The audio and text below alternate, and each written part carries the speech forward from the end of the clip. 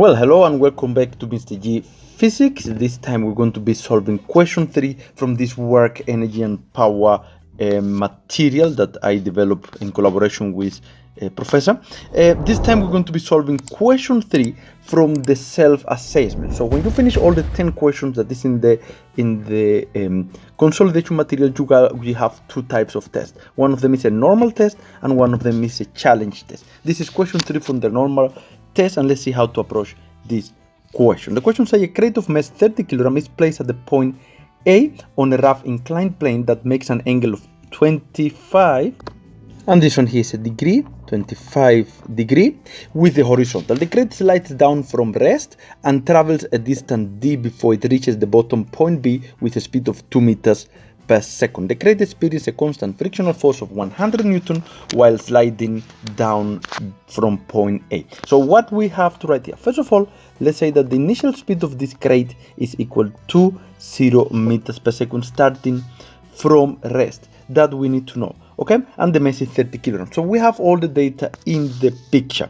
Now the question 3.1 says draw a free body diagram to show all the forces acting on the block while it moved from point A to B. So what forces are acting on the crate while it's in between those 2 points? And before we do the free body diagram, let's quickly do a force diagram. Here is the block, here's the surface. Now what forces are acting there? Well, first of all, there is gravitational force straight down. There is gravitational force straight down.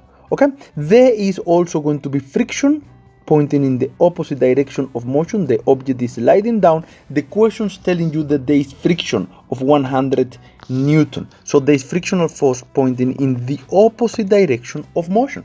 And there is also a normal force which is perpendicular to the surface. If you want, because the frictional force is parallel to the surface, you make sure these two are at 90 degrees. This one is the force diagram. That is not the question.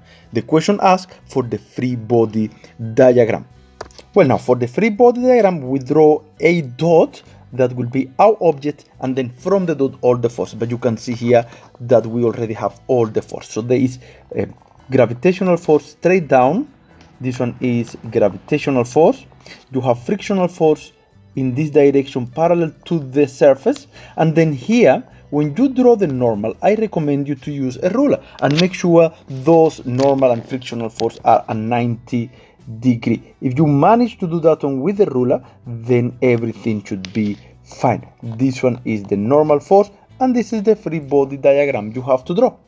So as we say, you make sure these two are at 90 degree to each other. Okay, now if you do this one, you will get already 3 marks out of 3.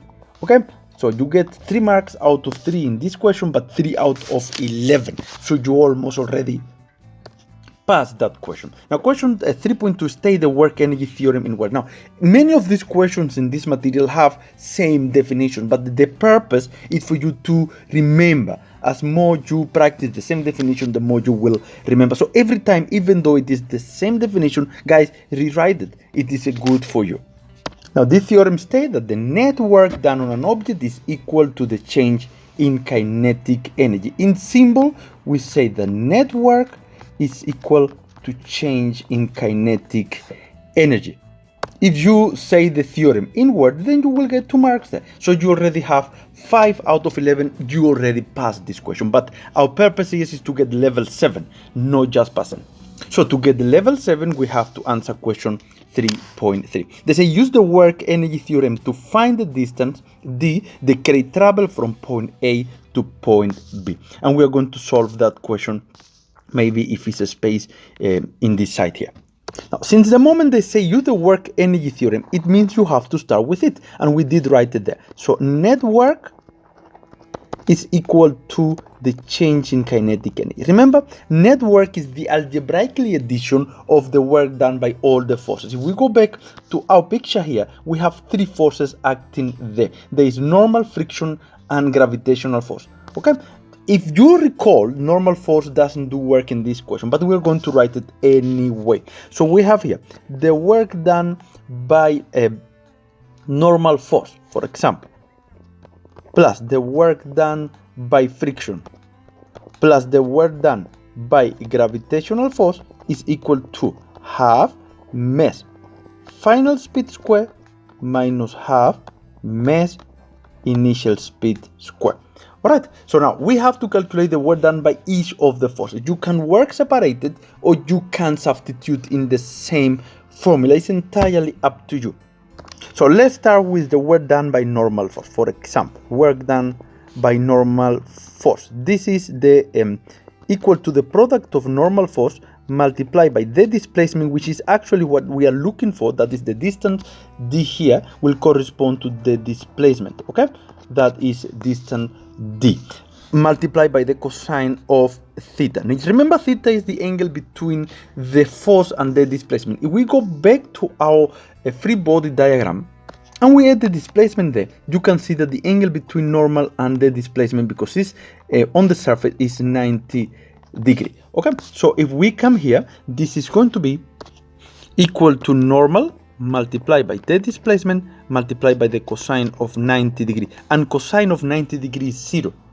Therefore, the work done by normal force is equal to 0. Okay, now let's look at the work done by friction. Okay, work done by friction is equal to frictional force multiplied by the displacement, which in this case is d. You can write either d of displacement multiplied by the cosine of theta, which is 180 degrees. Now we can substitute here, and frictional force is given to us and is equal to 100 Newton. So we're going to write here 100 Newton multiplied by the displacement. You can write d if you want, or just leave it displacement, cosine of 180 degrees. We can see here we have two unknown. We have friction, we have d, so we're going to leave it there. And let's do for a gravitational force. So let's do it on this side here. Work done by gravitational force is equal to gravitational force displacement cosine of theta. Alright, so now let's write down one more step and then let's go back to solve the angle. We already spoke about the angle. Work done by gravitational force is equal to mg. I'm going to write d instead of displacement, cosine of theta. Now, remember in previous videos, if you watch them, I recommend you to watch it, we say if the object is moving down, you are going to say 90 minus the theta. Okay?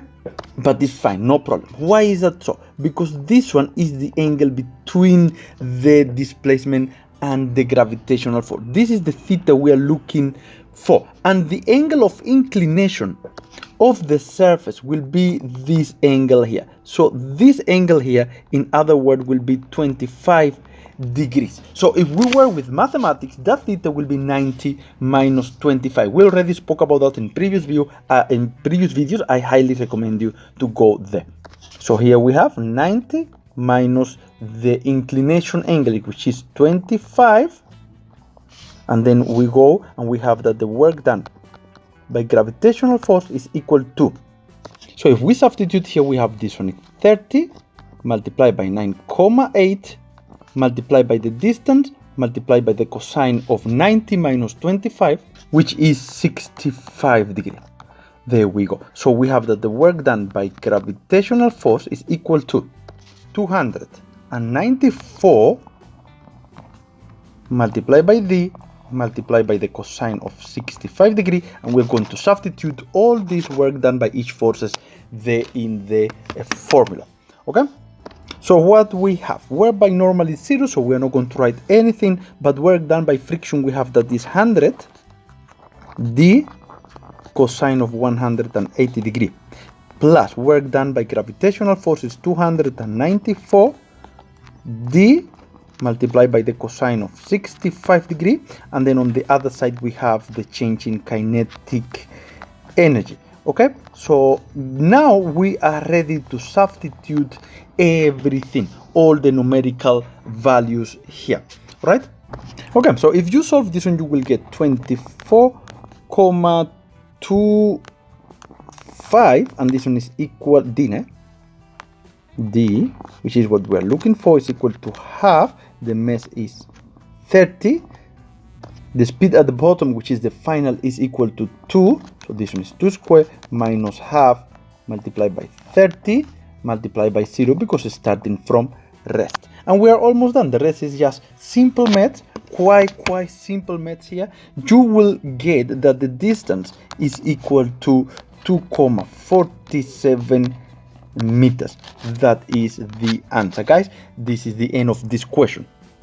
Let's just give marks. I want you to mark yourself. So it's one for applying the work energy theorem. There is one for substituting this work done by frictional force. There is 1 mark for substituting and calculating the gravitational force here. There is 3 marks. There is 1 for the whole substitution there. There is 5 for the substitution of the change in kinetic energy, and 6 by the final answer. There's 6 marks for this one. I'm sure after you've been solving so many questions, you can now get all those marks. And this is it. So thank you for watching. I hope it helped. Thumb up, subscribe for the channel. You can share the content. You can write comments, and I'll see you next time. Mr. Jim here.